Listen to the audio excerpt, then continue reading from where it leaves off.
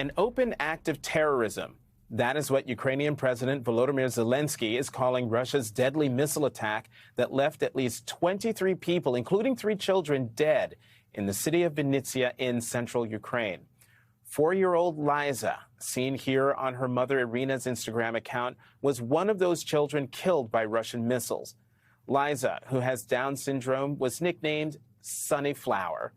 She was pushing a stroller on her way to speech therapy when she was killed. Her mother survived and is in an intensive care unit in Vinnytsia. Olena Zelenska, Ukraine's first lady, asked her Twitter followers to, quote, "Look at her, alive, please," crying with her loved ones. The attack came as European Union officials convened at The Hague to discuss Russia's war crimes in Ukraine. The Associated Press and PBS's Frontline have documented 346 incidents involving potential war crimes since Russia invaded Ukraine nearly 5 months ago. Joining us now, Damon Wilson, President and CEO of the National Endowment for Democracy. Damon, what is your reaction to President Zelensky calling yesterday's attack an, quote, open act of terrorism? Jonathan, it's a pleasure to be with you. And my reaction to President Zelensky is that he's speaking plain language, the plain truth. And I think that there's something powerful in recognizing that Russian attacks on shopping malls, on hospitals, killing innocent civilians, that this constitutes war crimes, it constitutes terrorism. And for far too long in Ukraine, we had trouble just saying the truth, that Russia was invading Ukraine. For a long time, we couldn't say that after 2014. And I think what we're hearing from President Zelensky is the simplicity of calling out what we see, Russian use of military means to conduct terror against the Ukrainian population.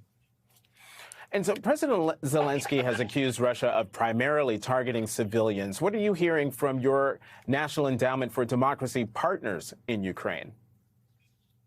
I think this is very much the case. You can see in the Donbass in the east that there is a more traditional military confrontation taking place with front lines, as many people are used to understanding the concept of war.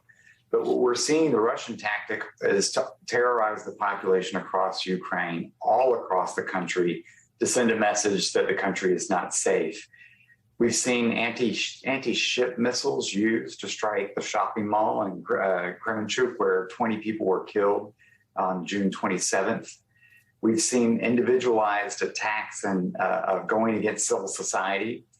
The endowment has partners all across Ukraine. Many of our partners who had to flee occupied territories, they have seen their colleagues detained, kidnapped. They've seen their own apartments busted into. We've seen residential complexes, hospitals attacked throughout this war. There are places that have been attacked that are small, almost resort towns in the Black Sea, which have absolutely no military value. The value to Russia is to show that Ukraine is unlivable, to chase the population, perhaps to put a burden on Europe, and to try to force, intimidate, coerce the government in Kyiv into a negotiation, into giving up. So then, Damon, given everything every horrific thing you just described, do you think America should designate Russia a state sponsor of terrorism? You know, I think it's pretty important to call out what we see, and I think it's pretty clear to say that these constitute war crimes and it constitutes terrorism. This is a different kind of war, different kind of military combat than we have seen. It is so focused on terror civilian. It fits the actual legal definition in the United States law of how we define terrorist act of coercion and intimidation with violence against a civilian population to achieve political ends. And so I think there are a whole set of issues and legal issues that unfold with the state designation of terrorism. But we need to start with calling a spade a spade. And here, Vladimir Putin, the Russian regime, is using terror against the Ukrainian people, and we shouldn't shy away from speaking plainly and clearly about that. And one last question for you, Damon, real quickly. You visited Ukraine in May. As Russia's war in Ukraine enters its 5th month, what does support for Ukraine look like these days? You know, it's really remarkable. When you are still traveling across the United States, seeing Ukrainian flags, we've seen opinion polls in Germany showing really strong support for Ukraine.